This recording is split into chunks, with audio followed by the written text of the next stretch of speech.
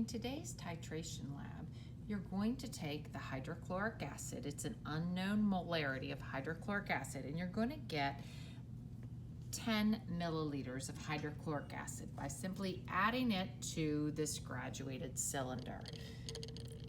And this is very easy to do. You just have to watch the level of the acid in the graduated cylinder. Look at it on eye level and stop when you get to 10 milliliters. The tool that we're going to use for the titration is called a burette. So you're going to want to first get the volume of the base in the burette.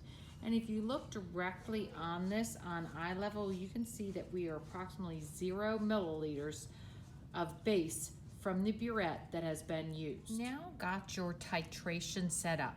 So you have your acid in the flask, 10 milliliters of the acid, you have your base in the burette, and you're gonna now add an indicator to the acid. The indicator we're using today is bromothiamyl blue, which is an acid-base indicator, and you wanna get about 10 milliliters on there till you can see a good color.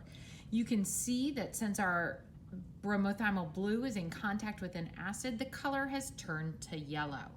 And then you're simply going to turn this little red device here, it's called the stopcock, and you're going to start adding the base to the acid. Now, of course, as the base is added to the acid, and you can kind of almost go drop by drop, and you can see we're already starting to get a little bit of a blue color, you're going to get a neutralization reaction.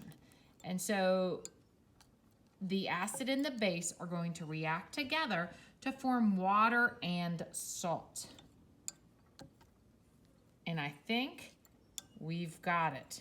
So you can see we're now at a blue color, so that's going to be neutral.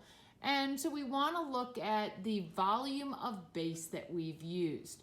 You know, we started at 0, and now it looks like we're at about 9.5 milliliters, of base that has been used.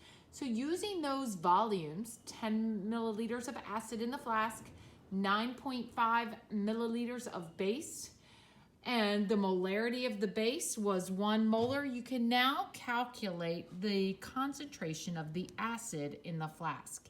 And that is really the purpose and the challenge for today's lab.